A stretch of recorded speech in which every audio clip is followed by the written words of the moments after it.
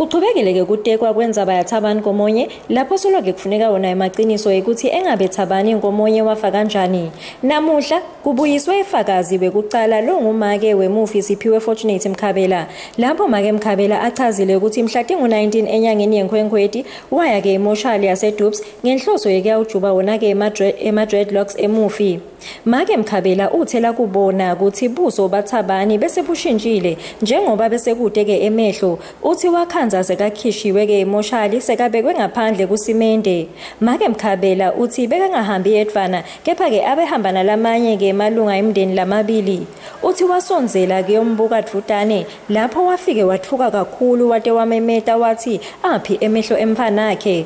Uthi lapho kumele kube nemehlo khona bekukadze kubovu kufocokile bese-ke lapha-ke emaceleni bekukadze kuphuma lokumhloshana langati naye ukuthi yini.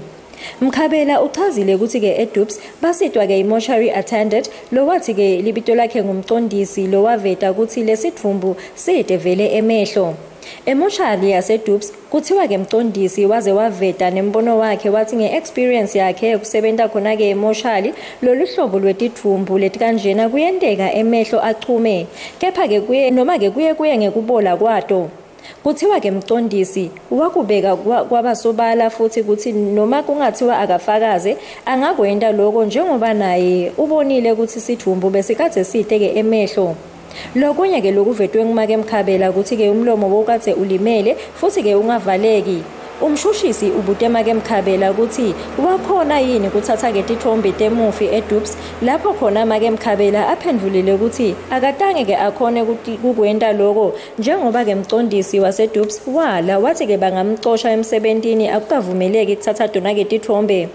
Make Mkhabela uvetile ukuthi ngekubona kwakhe kukhona lento lengumshikashika ngekushona kwaThabani njengoba uthi ngelilanga lekucala le-inquest yaThabani uthi yena wamshayela ngozisi waseDupes afuna kumatisa ukuthi kungendeka naye agcina adzingekile ukuthi ayofakaza kepha imphendvulo layitfola yathi lebuya kuye-ke mcondisi yathi emaphoyisa sekakhulumile naye futhi yena uyamangala ukuthi nenombolo yakhe uyithathaphi. Kuthiwa-ke mcondisi wathi akayithanzi futhi-ke indlela lafike amkhulumisa ngayo emaphoyisa futhi yena so uyasaba ngoba lento le ingasuke imcoshise nasemsebentini. Make Mkhabela ubese-ke uyaveta nekuthi kwentiwa yona-ke i-postmortem esibhedlela kanti-ke nayentiwa le postmortem umndeni wakhishelwa ngaphandle nalelinye-ke liphoyisa futhi-ke emva kokuba-ke dokotela sekalendile-ke licaningo abatange-ke babavumele ukuthi baphindze bawubone-ke umtimba kepha-ke batshelwa ukuthi lowo mtimba loyo sotawuthathwa baseDupes. Make Mkhabela nakabutwa-ke ngummeli wemndeni Tsotsi Mabila ngesithombe se-postmortem sebuso. Make Mkhabela uvetile ukuthi-ke kulesithombe salobuso kubukeka kungathi bekakade-ke ashaywa futhi-ke noma-ke nekubola kwemtimba akubonakali.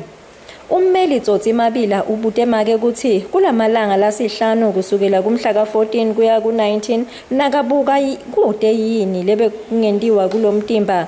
Lapho khona make avumile ukuthi kukhona lebe kungentiwa kulomtimba waphindze waveta nekokuthi angakuphika futhi ukuthi kulimala kwalomufi kubangelwa ngiyo-ke ingoti yemoto.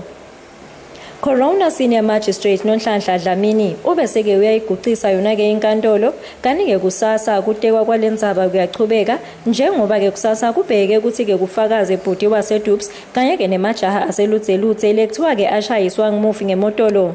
Etindzabeni yeMaswati Channel nginguNonhlanhla Thwala ngisekolishi lemaphoyisa asejele kuMathapha.